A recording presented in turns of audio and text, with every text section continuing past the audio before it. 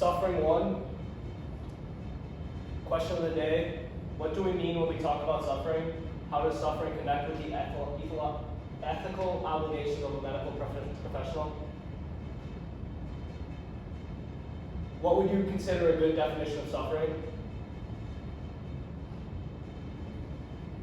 So we define suffering as, or Cassell defined suffering as the state of severe distress associated with events that threaten the intactness of the person.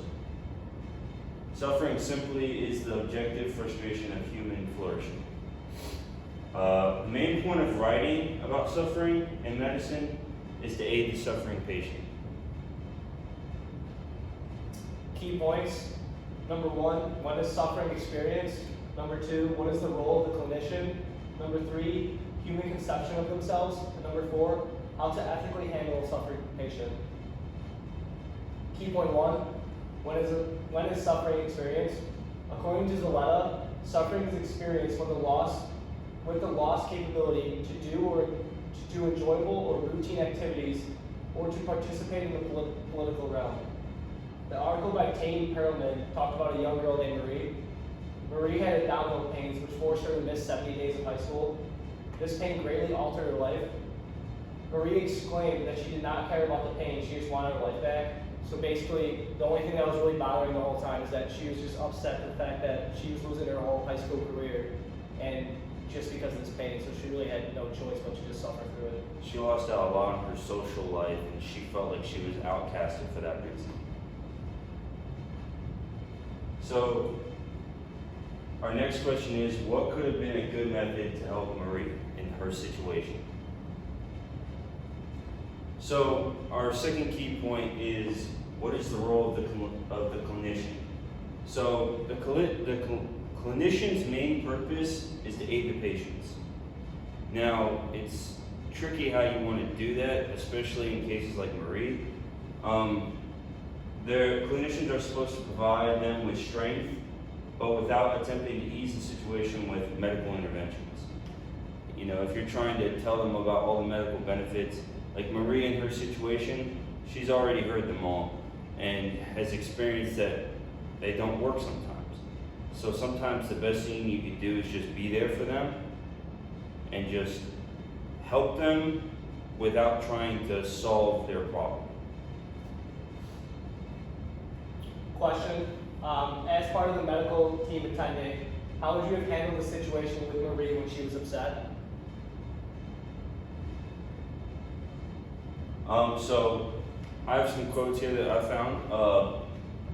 So the first one's by Aisha Mariza.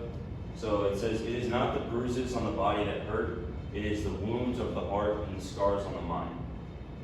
This was really, this one caught my eye because it mentioned a lot about like how Marie's situation was and how a lot of people with suffering is, you know, it's not so much about the condition or what they're experiencing, but like how she feels so outcasted and how she doesn't get to experience the life of like a normal person because of this, of her situation.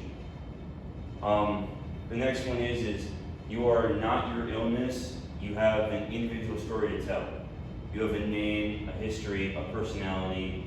Standing yourself is part of the battle, by Julian Seifert. So I felt that this one kind of touched on the ideology of like the social determinants of health, you know, because, you know, your illness does not define you. It doesn't say who you are. You know, each person is different in life, you know, so your individual story, you know, you're not going to have the same situation as somebody else. It may be similar, but it's never going to be the same. So it's hard sometimes for others to say that they understand and for others to help, but it's also in that role of the patient that's dealing with it to know that it's okay to suffer. It is okay to feel these types of pains because nobody else feels that. But to be, you know, to stay yourself no matter what, to not let that change who you are. And then in a lot of cases, like with that last quote, some patients do begin to think that after a while that like they are defined by their illness. So sometimes you just gotta help the patient realize that they aren't defined by their illness and they have to just help them move through it. So, this brings us to our third key point. So, it's human conception of themselves. Human beings can conceive themselves as having a self. Humans can be the main object of their own actions. A person's sense of self is constituted in 3 different domains: their relationships, their roles, and their self-narrative. The people that suffer from what they have lost from themselves. It's the main idea. Here's our next question. Which of these is not one of the domains of a person's sense of self? Their relationships, their self-narrative, their self-esteem, or their roles? Key point 4, how to ethically treat suffering patients. Going back to the first point, suffering happens when you lose the ability to be independent. A huge role of the clinician is to act as a tool for them, to give them strength and to show solidarity. Zoletta claims this is to be a latent practice in medicine, which is part of the problem. By this claim, Zoletta talks about how clinicians may be courteous and ask the question that they need to ask, but clinicians do not go into detail about how the patients are as individuals. So in many situations, patients feel that the doctors are just asking them what they need to ask, but they're not truly caring about how they are as a person. So many patients feel like they're it's not a team almost. They feel on their own with their illness kind of. Sometimes all it takes is being a little bit personable with them to help them open up and to understand and to kind of accept what they are instead of trying to reject everything. I think that's a big part of it right there. So this brings us into the topic of subjective suffering. So subjective suffering involves some kind of change in life or identity with an associated negative feeling. 2 conditions for subjective suffering are 1, a loss of sense of self, and 2, a negative affective experience.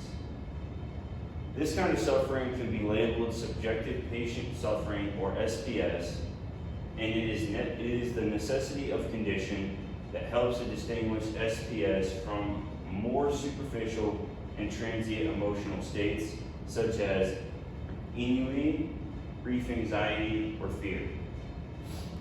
This affective part of suffering can shape the sufferer's world and render the physiological life of the sufferer dark and hopeless. Here comes our next question. True or false? A change in identity is one of the things that happen while suffering. Here brings us to our conclusion. A doctor helping a suffering patient many times comes down to just looking at the superficial injuries, which is not always the best remedy. Helping a suffering patient needs to become more complex in the way doctors handle their patients' feelings, and making sure that they are not only trying to heal the wounds that I can see right away. Suffering can cause changes in identity of a patient and feel as though they have no control over their life. Helping patients regain control is not always taught in medical school, but it can be the biggest impact you can make on a patient's life. So basically the main point of suffering, this suffering one presentation, is to make sure that you are going the extra mile to make sure that your patients are feeling that they are cared for and feel like they are welcome, not just thinking that they are alone in their illness.